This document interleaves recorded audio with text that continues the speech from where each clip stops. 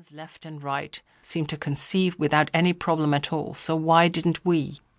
Over time, we charted a new course for a life full of meaningful work, volunteering, and other people's children with whom we could share our life experiences.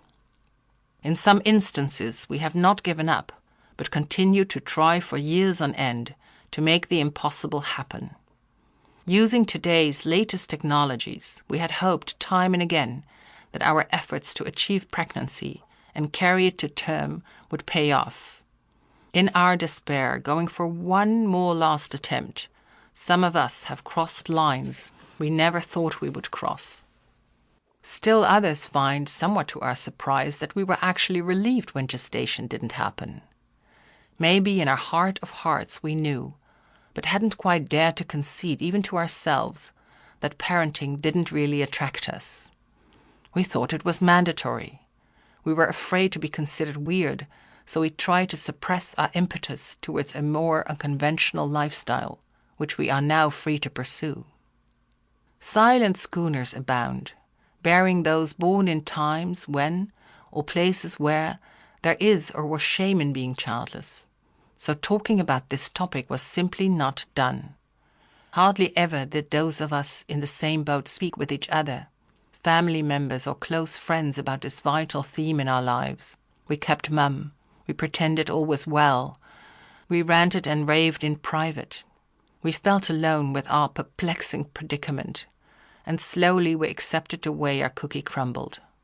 But a sense of mourning for the life we didn't get never leaves us completely, and especially in crunch times, this rears its head and leaves us feeling alone all over again. Hydrofoils carry those of us who walk a spiritual path. In our dedication to the One, having a family, and in some cases even a relationship, would be a distraction. Although not easy at times, we find joy in our faith and in the work we do, seeing it as an expression of our one big love for the divine.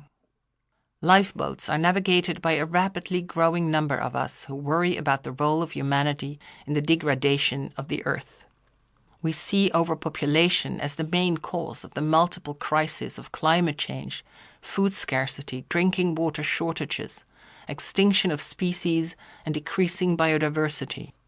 We don't wish to add our bit to those global problems by bringing yet another consumer onto a planet that is already heavily burdened. Champions of emancipation and feminism are at the helm of pilot vessels that guide women worldwide to a different existence from the traditional one of mother and wife. This group of us has bravely fought for equal rights and opportunities under the law, demonstrated tirelessly against abuse and exploitation of women and minority groups, and advocated for sexual self-determination to be accepted as the norm by the next generation.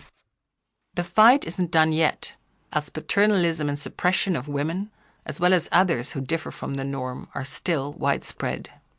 Invisible in this flotilla are the submarines in which some of us travel into deep waters. Below the radar are legacies noticed only by the few with whom we keep close. We do our work, we have our interests, we make our contribution, and secretly we are terrified that no one will be there for us in the end. Yet, there was and is no other way for us. This is our life. Cruise ships form part of our fleet too, filled with aunts and uncles vacationing outside of school holidays. Our lifestyles offer nieces, nephews, and other young friends examples of lives that differ from those of their own families. We listen to their stories about struggles with parents, the dynamics within the family.